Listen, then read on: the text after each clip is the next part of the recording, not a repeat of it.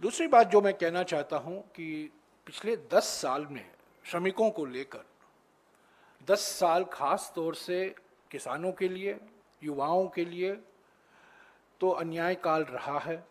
बेरोजगारी का दर पिछले 45 सालों में इतना हमने नहीं देखा है जो इस साल हमने देखा युवाओं के लिए। किसान के लिए एमएसपी कानूनी दर्जा का वादा किया था प्रधानमंत्री ने, वो अब तक पूरा नहीं कर पाए हैं, उस पर अपनी उन्होंने चुप्पी नहीं तोड़ी है।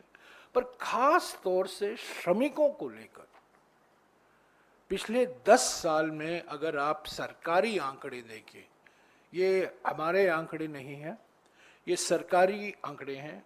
सरकार का एक लेबर ब्यूरो ऑफिस होता है जो शिमला में है, और उस लेबर ब्यूरो जो केंद्र सरकार की संस्था है, उस लेबर ब्यूरो के आंकड़े के अनुसार 2014 और 2023 के बीच में श्रमिकों की वास्तविक मजदूरी स्थिर हो गई है। यानी कि रियल वेज रेट श्रमिकों का बढ़ा नहीं है, बिल्कुल ऐसा ही रहा है 2014 और 2023 के बीच में। खास तौर से मोदी जी के दूसरे कार्यकाल में वास्तविक मजदूरी में गिरावट आई है। यानी कि रियल वेज जो इन्फ्लेशन के लिए एडजस्ट किया जाता है, वो मजदूरी दर, उसमें कटौती हुआ। तो पिछले 10 साल में मजदूरी दर में कोई बढ़ोतरी नहीं हुई है। ये बहुत बड़ा अन्याय है। और दूसरी बात, ये भी सरकारी आंकड़े हैं। ये सब आंकड़े जो मैं आपको दे रहा हूँ, ये प्रकाशित आंकड़े हैं, सरकारी संस्थाओं के आंकड़े हैं कि डॉक्टर मनमोहन सिंह जी के कार्यकाल में, यानी कि 2004 और 2014 के बीच में, खास तौर से खेत मजदूर को अगर आप देखें, वास्तविक मजदूरी दर खेत मजदूरों के लिए हर साल 6.8% की बढ़ोतरी हुई थी।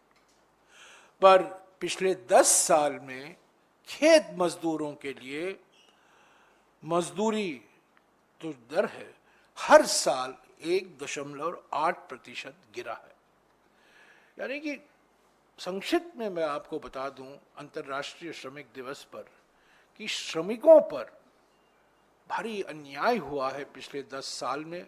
कानून बदले गए हैं और कॉन्ट्रैक्ट लेबर बढ़ा है, मजदूरी दर में कोई बढ़ोतरी नहीं आई है। और इसीलिए हमारे जो गारंटियां हैं, जो हमारे न्याय पत्र में श्रमिक न्याय को लेकर हमने 5 गारंटियां दी हैं, वो विशेष महत्व रखता है। और मैं समझता हूँ ये इस न्याय पत्र का एक बहुत महत्वपूर्ण हिस्सा है।